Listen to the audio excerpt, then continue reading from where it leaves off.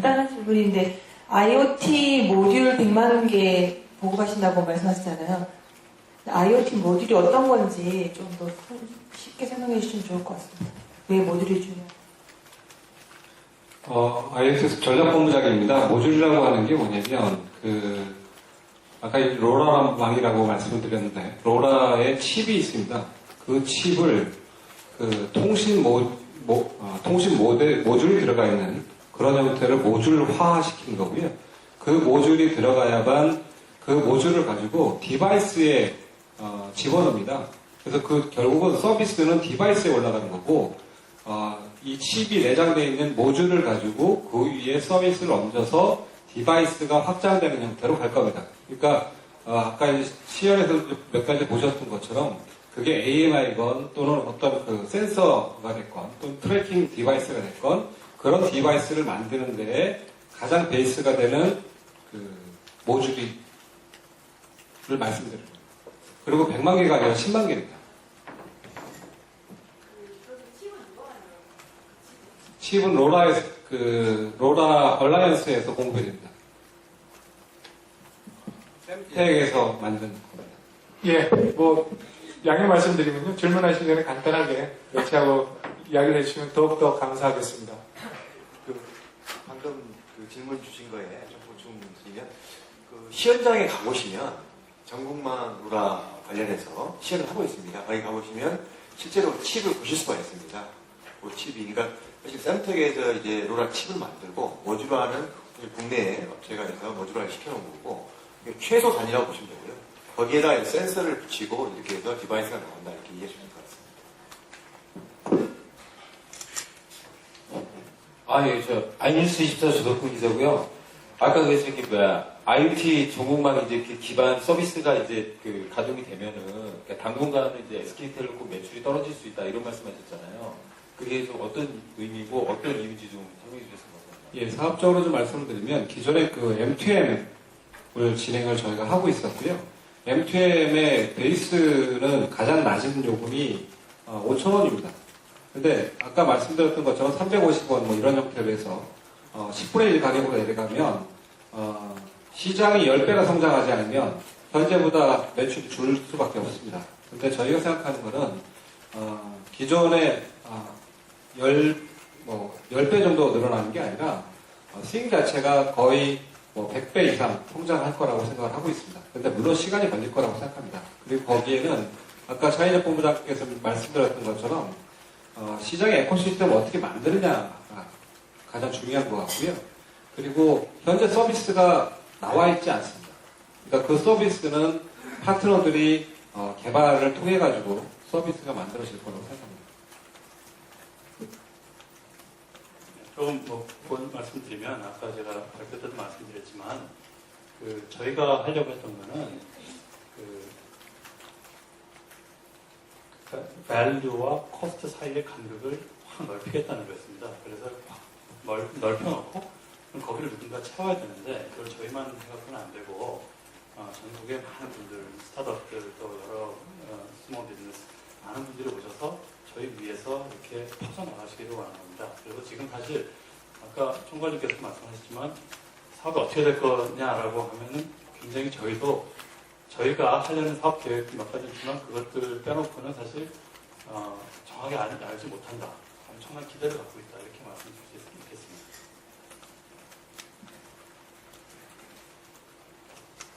안녕하세요. 블룸버그통신의 이정화 기자인데요. 일단 지금 방금 미지의 세계를 우리가 이제 꿈꾼다 이런 얘기를 해주셨는데 정확히 지금 IoT라는 개념은 나온 지 굉장히 오래된 것 같아요. 그런데 아직까지는 소비자들한테 이렇게 딱히 피부에 와닿지는 않거든요. 그래서 어떤 미지의 세계, 좀 어떤 세상을 우리가 인비전을 할 수 있을지 지금 여기에도 좀 예들이 좀 몇 개 나와 있어요. 자산 관리라든지 대인 관제 이런 식으로 나와 있는데 정확히 이걸 좀 쉽게 어떻게 이제 테크니컬리 이제 쓸 수 있는지 사용자들이 그걸 좀 설명을 다시 한번 부탁드리고요. 매출을 조금 떨어지는 걸 감수하더라도 처음에는 이런 시도를 하겠다라고 하셨는데 혹시 그러면 언제쯤 좀 매출로 아까 100배라는 얘기도 해주셨는데 언제쯤 좀 매출로 이어질지 그리고 또 이런 플랫폼이나 이런 솔루션을 좀 수출을 앞으로 하실 의향이 있으신지, 얘기 중에 있으신지 좀 말씀 부탁드립니다. 네, 먼저 간단한 예를 좀 드리겠습니다. 저희가 생각 못했던 거를 먼저 말씀드릴게요. 아까 저기 바깥에 보시면 매뉴얼을 보셨잖아요. 근데 매뉴얼이 현재 바깥에 보시면 매뉴얼의 가운데 로라 모듈이 들어가 있습니다. 그 안테나하고 그다음에 그 트랜스미터가 들어있고 뭐를 하는 거냐면 매뉴얼 밑에 있는 여러 가지 상황들에 대한 온도라든가 습도, 가스의 어떤 가스가 차고 있다든가 이런 것들을 센스를 예전에 같으면 어떻게 했냐면요. 누군가 검침원이 가서 그 매뉴얼을 열고 그다음에 가셔서 검침기를 가지고 이렇게 센스를 하시고 그거를 본인의 핸드폰이나 이런 거 갖고 연락을 했었어야 됩니다. 그러니까 근데 전국의 매뉴얼 숫자가 정확히 알려진 바가 없는데요. 근데 150만 개에서 220만 개 사이로 알려져 있습니다. 거기를 누군가 계속 가야 한다면 이게 흔히 알기는 오펙스가 이제 안 되는 거죠. 그래서 이거는 매뉴얼은 아예 사무인터넷 대상이 안 됐던 이유 중에 하나가 그 매뉴얼 자체가 10만 원에서 한 몇십만 원 정도입니다. 근데 기존에 있던 모듈은요, 모듈 자체가 트랜스밋 하는 것만 5만 원이 넘습니다. 그걸 걷다가 안테나까지 해서 이렇게 제대로 집어넣으려면 10만 원 이상일 겁니다. 그러니까 말씀드렸던 가치 구조모가 성립이 안 됩니다.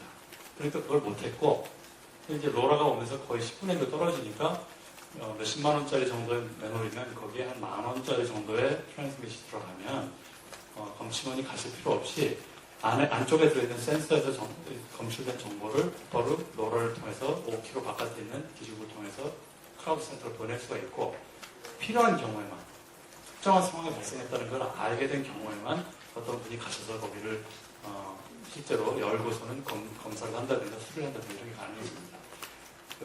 저희가 생각하는 거는 이런 많은 숫자, 기존에 있는 인프라가 아주 숫자가 많은 것들도 있습니다. 가로등 같으면 전국에 한 300만 개 이상의 가로등이 있다고 하는데 대부분이 그냥 온오프 정도가 되는 거고요. 이거를 로라 같은 거를 통해서 필요한 만큼의 밝기로 조절을 한다든가 그런 것들이 가능해집니다.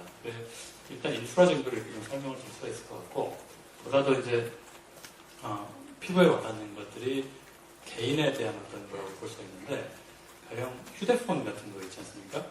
휴대폰이 고가의 장비인데 몇십만 원씩 하죠. 근데 잃어버린 경우가 많죠.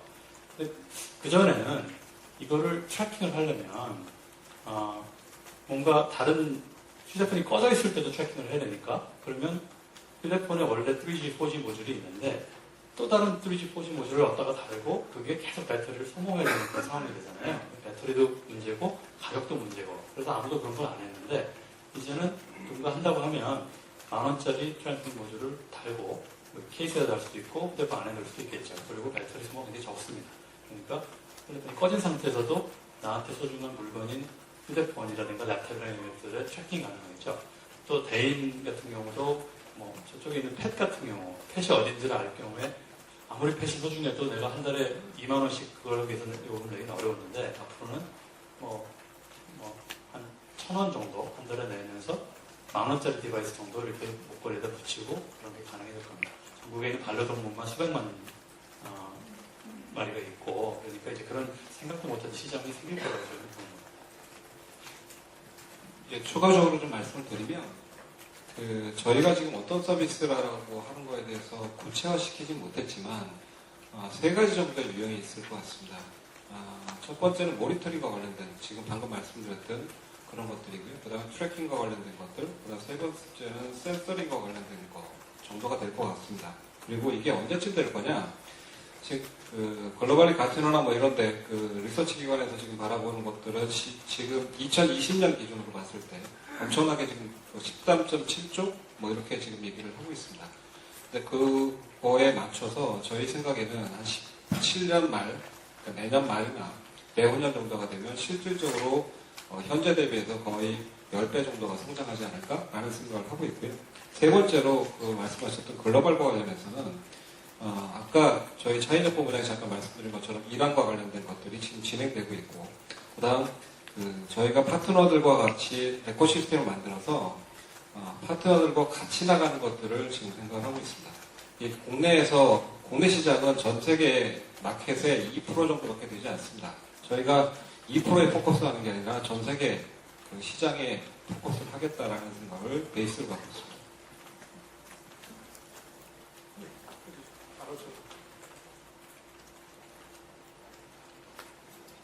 네, 저 전자신문사 안홍 기자입니다.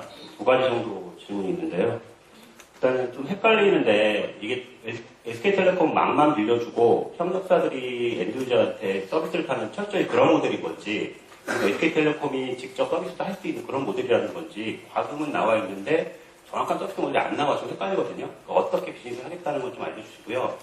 이건 박 원장님 좀 대답해 주셔야 될 것 같은데 MBIoT가 이제 표준화가 되고 내년 이후에는 MBIoT가 계속 활성화될 거란 말이죠. 그러면 LPWA 진영에서는 분명히 이 노라보다는 MBIoT가 훨씬 더 강점 있는 통신 방식이라고 말을 하고 있는데 그때 가시면 그럼 MBIoT랑 노라를 어떻게 활용하실 것인지 그 계획 좀 알려주세요. 첫 번째 것부터 좀 말씀을 드리면 저희가 지금 생각하는 BM은 두 가지입니다. 첫 번째는 말씀하셨던 그 망을 빌려주는 그 BM이고요. 그건 기존의 MQM 비즈니스하고 똑같습니다. 그리고 두 번째가 저희가 레버리 쉐어링을 하겠다라고 하는 그 서비스 BM과 관련된 사항이고 저희 생각에는 망을 빌려주는 커넥션 BM이 아니고 그 RS BM 형태로 대부분을 가져가겠다라고 생각을 하고 있습니다. 예? 예. 서비스와 관련된 레버리 쉐어. 좀 더 부연 말씀드리겠습니다. 네, 레버리 쉐어 관련해서 그럼 저희가 뭘 제공하냐면 과금이라든가 빌링 또 인증 이런 부분들을 저희가 이제 대행을 하는 그런 형태가 가능하고요. 그 다음에 데이터 분석이라든가 이런 게 가능합니다. 또 어떤 업체가 아까 85% 레버리 쉐어에 대해서 말씀드렸는데 업체가 자기 자체의 플랫폼을 다 가지고 계세요. 그런데 과금 시스템이라든가 또 디바이스에 대한 제어는 사실은 그 저희 띵플러그라고 하는 그 IoT 플랫폼이 있습니다. 그걸 활용하시면 굉장히 쉽게 하실 수가 있고 디바이스의 접속부터 해서 인증이 다 쉽게 됩니다. 이런 걸 활용하시게 되면 사업을 하시고자 할 때 일단 런치하는 그 피로를 굉장히 줄일 수가 있고요. 그 다음에 또 서비스 형태로 하시기 때문에 그 여러 가지 그 비용을 줄일 수가 있습니다. 그래서 그런 형태로 저희가 협력을 하시게 되면 그리고 또 하나가 이제 공동 마케팅이라든가 세일즈 이런 부분도 같이 저희가 지금 제공을 할 생각입니다. 그렇게 할 경우에 서비스 프로바이더가 85%를 가져가시고 저희에게 15% 정도를 이렇게 하시는데 어떤 경우에는 저희가 좀 더 많은 일을 할 경우에는 조금 더 높아지는 맥스 한 30%까지 가는 그런 형태들을 여러 가지를 고민을 했습니다. 네, 두 번째 네트워크 기술원장입니다. 두 번째 질문에 대해서 답변을 드리면 아시는 것처럼 NB-IoT는 저희같이 LT망을 잘 구축하는 사업자 입장에서 보면 상당히 매력적인 IoT망이 분명하고요. 근데도 불구하고 SK텔레콤이 로라를 먼저 하는 것은 아까 앞에서 말씀드린 것처럼 사업적인 관점에서 저희가 먼저 어떤 이 IoT 생태계를 이렇게 키우고 또 거기에서 큰 역할을 하고자 하는 측면에서 진행된 부분이고 기술 관점에서 봤을 때는 NB-IoT가 올 9월달에 이제 표준화가 완료되고 나면 아마 단말이 빠르면 내년 상반기, 하반기에 좀 많이 나올 겁니다. 그래서 보시기에 SK텔레콤은 LTE망을 전국망을 잘 구축해 있는데 NB-IoT가 좋지 않느냐 이렇게 보실 수도 있는데 근데 이제 NB-IoT라는 기술이 LTE 기술에서 진화되면서 나온 기술이면 분명하지만 그 기술 관점에서 보면 좀 체인지가 좀 많습니다. 변화가. 그렇다 보니까 저희가 기존에 구축했던 시스템이 지원을 못하는 시스템이 상당 부분 있습니다. 그래서 저희가 좀 러프하게 좀 계산했을 때는 NB-IoT를 지원하기 위한 LTE망으로 저희가 시스템을 업그레이드하기 위해서는 상당히 많은 돈, 지금 로라 두 자리보다는 훨씬 많은 돈이 필요하기 때문에 단시간 내에 NB-IoT를 전국망으로 가져가기에는 저희뿐만이 아니라 모든 아마 LTE를 하고 있는 사업자들이 힘든 부분이기 때문에 저희가 보기에는 로라를 가지고 저희가 먼저 시작하는 게 맞지 않는 측면에서 시작을 한 거고요. 또 주파수 관점에서 보더라도 저희가 이제 로라 같은 경우 이제 비면허 대회를 하면서 하다 보니까 간섭 이슈가 있다고 볼 수는 있지만 저희가 LBT라든지 이런 기술을 통해서 간섭을 회피하면서 상당 부분 이제 잘 활용을 하고 또 이게 글로벌에 나갈 때도 분명히 도움이 될 겁니다.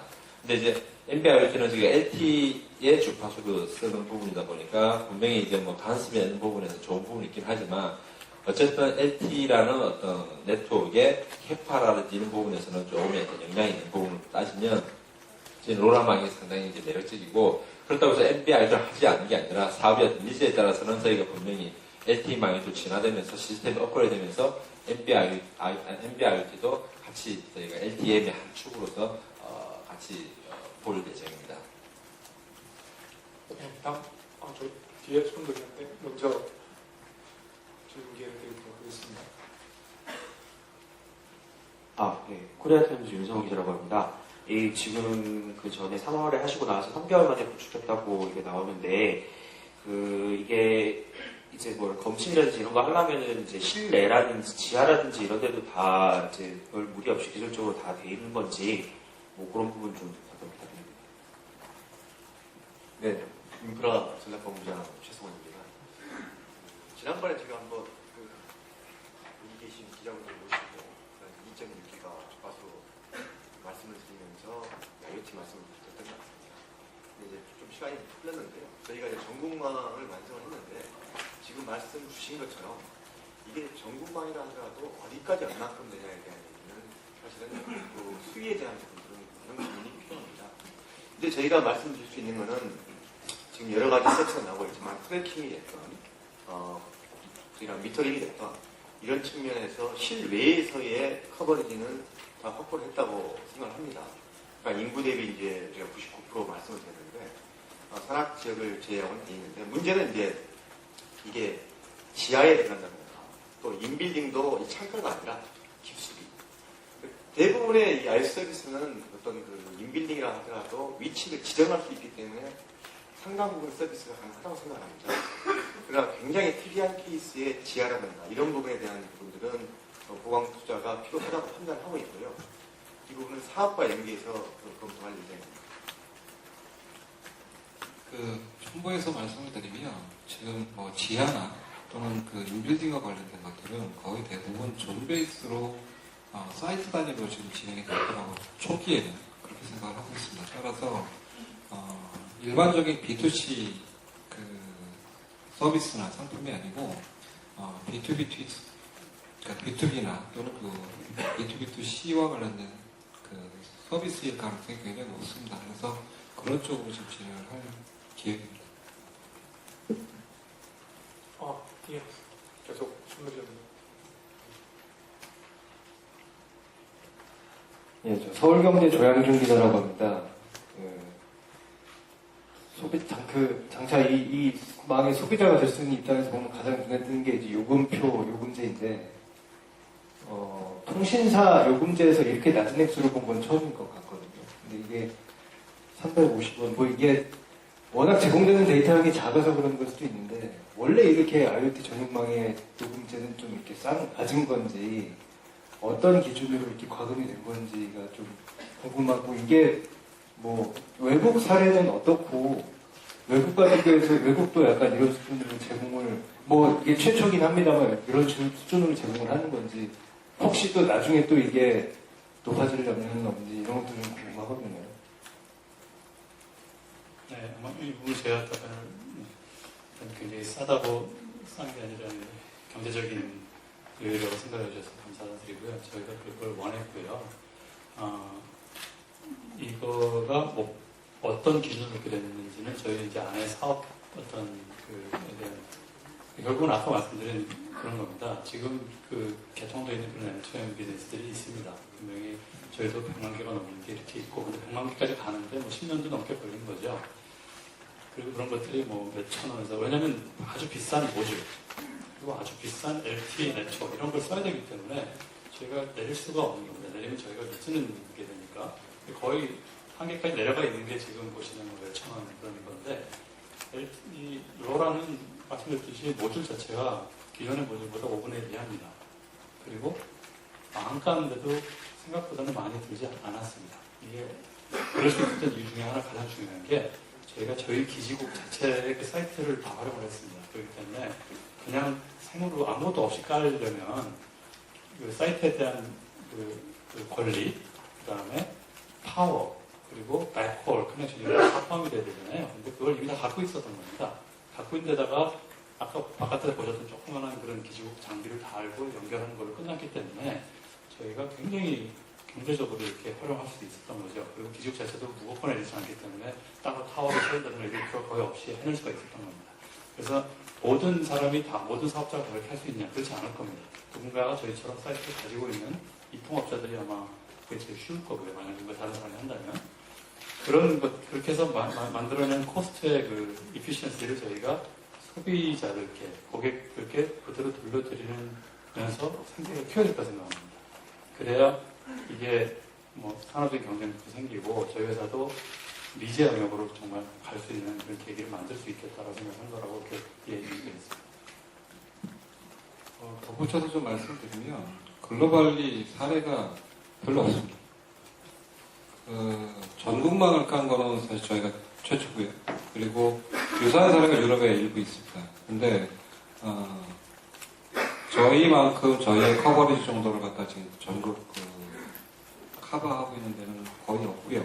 저희가 최초고, 그리고 방금 이제 차범장이 말씀드린 것처럼 디바이스 가격이나 또는 구축 비용이 상대적으로 굉장히 지금 저렴합니다. 그리고 데이터량도 물론 이슈가 있지만 저희가 기본적으로 생각하고 있는 건 수익이 확대되면 현재 갖고 있는 요금이 올라갈 가능성은 없습니다. 단 한 건데. 제가 구축 비용 관련해서 잠깐 설명을 드리겠습니다. 아까 이제 구축 비용이 굉장히 저렴한 건 맞는데요. 그 큰 축이 오늘 미래부에서도 귀빈 참석해 주셨는데 저희가 제일 중요한 부분이 신문에서 보셨겠지만 출력에 대한 이슈가 있습니다. 그러니까 저희가 현재는 200mW로 출력을 쓰고 있는데 이 부분이 해소가 되지 않았으면 저희가 볼 때는 기본적인 구축 비용이 현재보다는 3배에서 4배 정도가 더 드는 구조입니다. 그래서 아마도 이 부분들은 저희 나라가 기본적인 큰 틀에서 출력 제한을 해소를 했고 이게 이제 글로벌리도 다 같이 적용이 될 거라고 생각합니다. 또 한 축은 저희가 이게 이제 이동통신 사업자이기 때문에 가능한 겁니다. 기존에 있는 그 인프라 위치라든가 또 전략이라든가 그 다음에 그와 관련된 냉방이라든가 전반적인 어떤 그 인프라가 기본적으로 해야 될 것들을 가지고 있기 때문에 가능한 부분이고요. 이런 부분을 종합했을 때 굉장히 좀 적용하는 거고 MBIoT가 말씀하셨는데 MBIoT도 결과적으로는 세상에서 보면 이런 것입니다. 표준화가 이제 중요할 수도 있고요. 타임 갭이 중요할 수도 있고. 그러니까 어떤 측면에서는 아까 코스트하고 밸류와의 그 간극을 넓혀가지고 우리가 새로운 시장을 만들어갈 파이가 커지듯이 타임에 대한 갭을 가지고 저희가 약간 선택을 한 겁니다. 근데 타임뿐만 아니라 실질적인 투자와 관련돼서 MBIoT와 이런 현실입니다. 현실적인 측면에서 우리 기술원에서는 많은 다양한 기술들을 보시겠지만 실제로 제가 봤을 때는 MBIoT하고 이 로라하고 봤을 때는 여전히 로라가 남 구축 비용에 있어서 상당히 경제적일 수밖에 없다고 판단합니다. 그 이유는 이제 기술적인 타입뿐만 아니라 실제 구현을 한 기술적인 그 기술의 어떤 난이도라든가 깊이라든가 방법론 이런 측면에서 크겠다고 생각합니다. 표준 관련해서 한 말씀 더 드리면요. 뭐 MBIoT, LT 기반으로 맞추는 것처럼 뭐 3GPP에서 표준화를 전 글로벌리 잘하고 있는 건 잘 아실 겁니다. 근데 로라 같은 경우도 지금 한 56개국, 3개국 정도에서 지금 POC를 하고 있고요. 한 16나라 정도는 이미 상용을 나오셨기 때문에 뭐 프랑스라든지 미국 이런 쪽에서 진행되고 있기 때문에 이게 얼라이언스를 하기 때문에 이게 뭐 어떤 표준이 아닌 그런 기술이 아니라 실질적으로 보면 어떤 IoT를 위한 전용망으로서의 어떤 글로벌 표준으로서 상당히 많이 커 나가고 있다고 그렇게 보시면 될 것 같습니다. 예, 저 이제 다음 순서가 있어서 앞으로 좀 가급적이면 마지막으로 한 분만 더 받도록 하겠습니다. 저기 먼저 손 드시는데. 왜냐면 뭐 식사하면서 또 이야기를 들을 수 있기 때문에 좀 양해 부탁드리도록 하겠습니다. 한국경제 이정호 기자입니다. 두 가지 질문 드리겠는데요. 그 LTM, 기존 LTM하고 지금 로라망의 모듈이 서로 호환될 수 있는지, 그게 첫 번째 질문. 두 번째는 이제 두 개의 망을, IoT 망을 갖게 되셨는데, 앞으로 서비스를 제공할 때 어떻게 이 두 개의 망을 구분해서 활용하실 계획인지 좀 말씀해 주시죠. 먼저 첫 번째는 제가 좀 말씀드리겠습니다. 칩 간 호환은 안 되고요. 근데 이제 디바이스의 어떤 거는 이제 그 필요 용도에 따라서는 로라 칩하고 뭐 LTM이 됐던 아니면 MBI를 동시에 탑재를 해서 그 필요한 유스 케이스에 따라서는 그 디바이스의 어떤 건 효용도를 높일 수 있는 그런 부분은 고려가 가능할 것 같습니다. 네, 사업에 관해서는 이 유스 케이스가 좀 다르고요. 어떻게 다르냐면 이제 LTM은 사실 업링크로 5메가 bps, 다운링크로 10메가 bps까지 가능합니다. 그리고 모빌리티를 이제 핸드오프라고 하죠. 기술을 건너갈 때 이렇게 시뮬러스하게 해서 가는 그런 부분들 다 지원하기 때문에 사실은 다만 이제 기존 LTE보다는 싸지만 로라보다 훨씬 비쌉니다. 그 모듈 가격도 여전히 한 3배 정도 이렇게 될 거고, 또 저희가 차지해야 되는 그런 장비 같은 것들 쪽도 이제 문제가 있기 때문에 결국은 어떤 종류의 서비스가 예상이 되냐면 데이터가 로라는 해결이 안 되는 높은 수준의 데이터가 많이 이제 발생이 되는 거, 그런 것도 가능할 거고, 다른 뭐 영상이라든가 이런 게 필요할 경우에 가능할 겁니다. 아니면 그 다음에 또 하나가 이제 계속 움직이는 이동체에 관한 그런 트럭이라든가 뭐 이런 것들, 그런 것들의 그 이동을 끊임없이 계속 실시간으로 이렇게 알려줄 경우에, 그럴 경우에 LTM이 유용할 거라고 생각하고 있습니다. 또 이제 아주 고가의 어떤 장비라든가 이런 것들을 계속 모니터링을 해야 될 때가 있을 때, 그럴 때는 가끔씩 데이터를 보내는 로라보다 좀 비싸더라도 훨씬 더 자주 보내고 많은 양의 데이터를 보내서 전체적인 상태를 훨씬 더 리치하게 알 수 있는 그런 것들 경우에 LTM이 유용하다고 볼 수 있고요. 로라는 그거보다는 자주 안 보내도 되고 간단한 데이터만 보내도 필요한 목적을 대부분 달성할 수 있는 고정형 어떤 간단한 제어, 간단한 모니터링, 이런 1분에 한 번씩, 15분에 한 번씩, 1시간에 한 번씩 데이터가 필요한 경우, 이럴 때 아주 유용하다 이렇게 보시면 될 것 같습니다. 네, 감사합니다.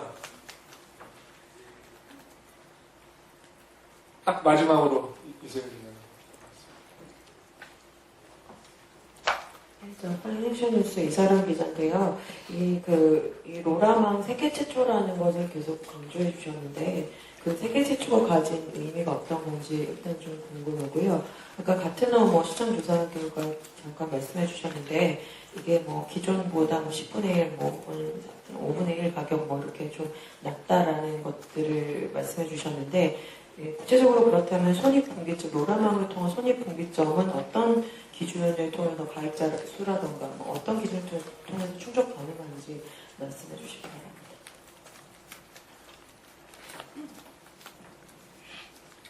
세계 최초를 강조하는 것은 전국을 저희가 하나의 관제센터에서 할 수 있다고 하는 거 같고요. 그런 의미에서 현재 지금 아까도 이제 박 원장님이랑 말씀하셨던 것처럼 프랑스나 또는 미국이나 시 단위로 지금 진행하고 있는 나라는 있습니다. 그리고 이미 상용화가 16개국이 돼 있고, 근데 그걸 전국을 동시에 지금 커버한다라고 하는 의미가 있다고 생각하고 있고, BEP 관점에서는 아까 말씀드렸던 것처럼 요금제를 지금 기존 대비해서 거의 5분의 1, 10분의 1까지 다운시킨 상태에서 스윙을 확대하는 것들을 통해 가지고 가져가겠다고 생각을 하는데, 거기에 지금 구체적인 숫자나 이런 것들을 말씀드리는 건 아니고, 위에 올라오는 서비스가 어떻게 올라가느냐에 따라서 실제 얼마만큼 어떤 속도로 갈 거냐라고 하는 것들이 결정될 것 같습니다. 실질적인 B2C에서는 매스로 지금 진행이 될 거기 때문에 매스에서 어떤 서비스가 나오느냐에 따라서 굉장히 달라질 거라고 생각하고 있습니다. 저희 생각에는 18년 정도가 되면 저희가 추정컨대 BEP를 가지 않을까라고 생각하고 있습니다.